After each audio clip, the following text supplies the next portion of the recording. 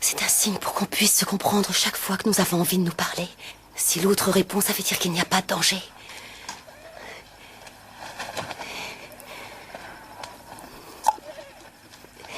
Arrête, ce n'est pas le moment. Morage sait que j'apporte le repas de midi.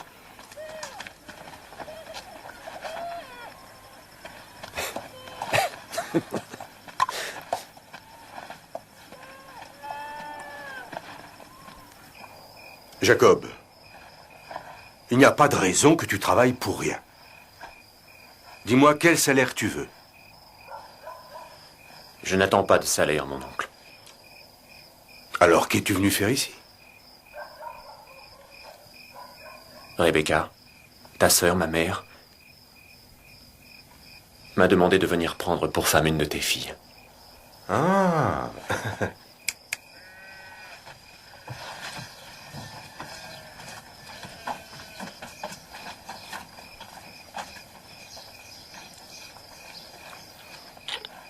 Pourquoi je devrais abandonner un bien aussi précieux à un homme qui ne possède rien?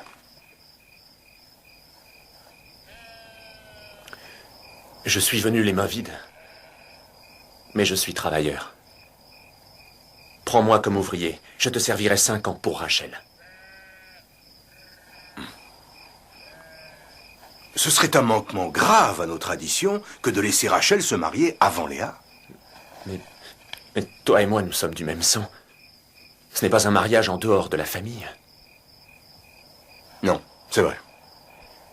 Et je travaille bien. Je suis un homme qui pourvoit. Tout ce que tu touches devient florissant. Alors laisse-moi travailler pour toi. Je servirai 5 ans. 10. 7. C'est bien. Tu restes ici et tu travailles pour moi. Je te promets que jamais tu ne le regretteras.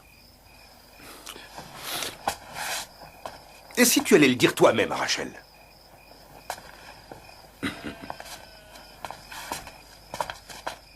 À moins qu'elle ne soit déjà au courant.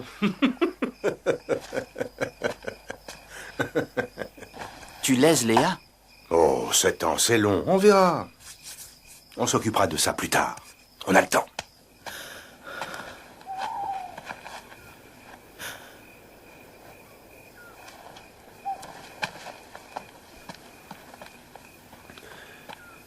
Je suis triste pour Léa. Mais ce qui lui fait de la peine me rend très heureux. Et moi? Chaque matin, je m'attendais à ce que tu me dises qu'il était temps pour toi de repartir. Je partirai, oui. Je partirai dès l'aube. Dans 7 ans, jour pour jour. Mais jamais sans toi.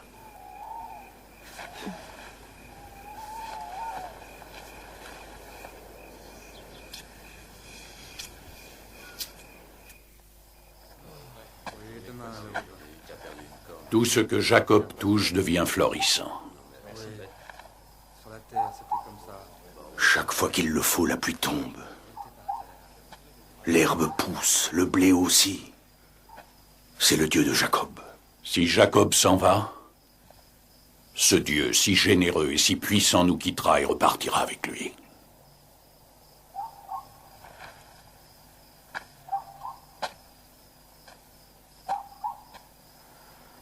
Réfléchissons. Ce n'est pas un homme qu'on peut contraindre. Cela demande de l'habileté. Il faut lui donner l'impression qu'il reste ici par choix. Là-bas! Là-bas!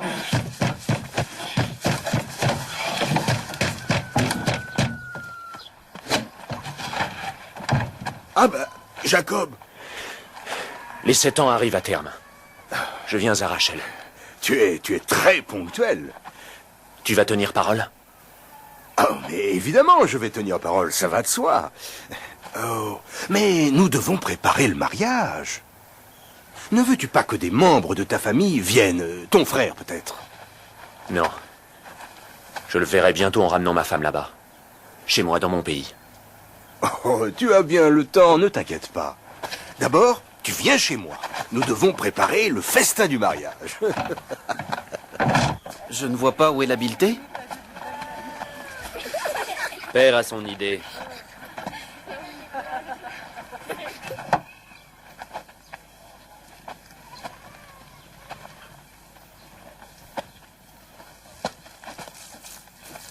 Comment peux-tu faire ça? Je suis le maître de cette maison. Chez moi, je fais ce qui me plaît. Alors maintenant que je vous ai dit exactement ce que j'attends de vous, vous allez m'obéir.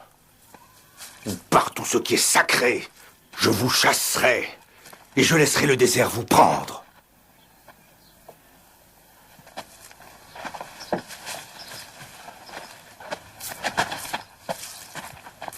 Je vous en prie, ne contrariez pas mon dessein.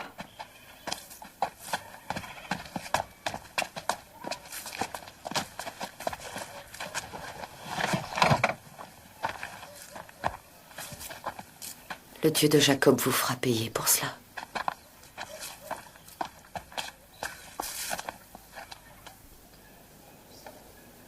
Je voudrais être morte. Je voudrais que Père soit mort et que soient morts ces dieux horribles qu'il vénère. Le Dieu de Jacob, lui, ne tolère que l'honneur et la décence. Alors pourquoi laisse-t-il faire tout cela? Pourquoi abandonne-t-il Jacob? Ce qui est destiné à Jacob m'est destiné. Et à toi aussi.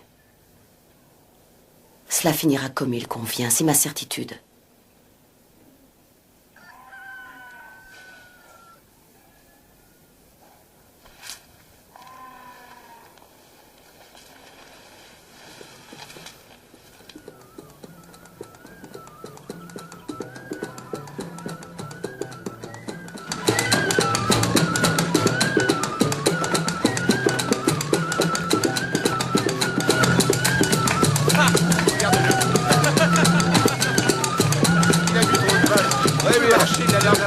Viens t'asseoir, c'est ta place. Allez, viens. Assis-toi, serre-toi. Venez, venez.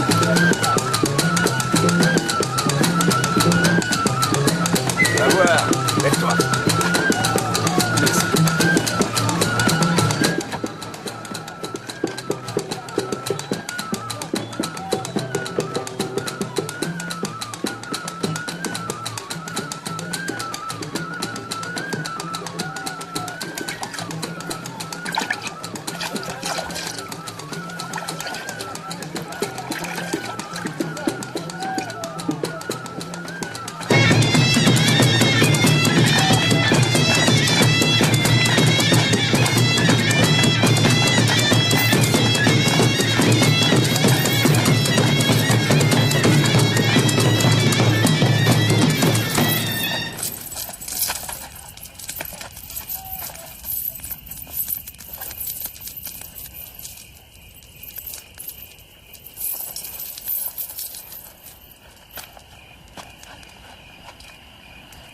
Où est Léa?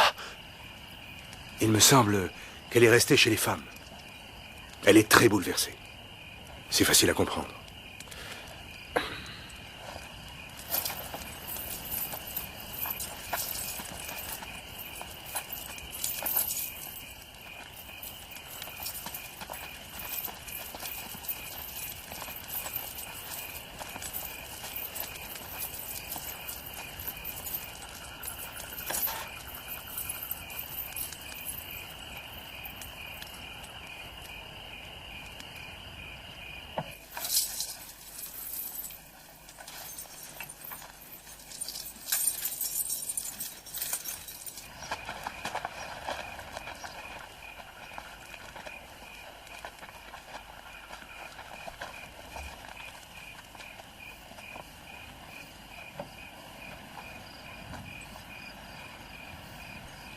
La mariée attend son maître.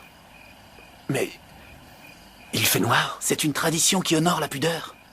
La chambre des époux ne doit pas être éclairée durant la nuit de noces.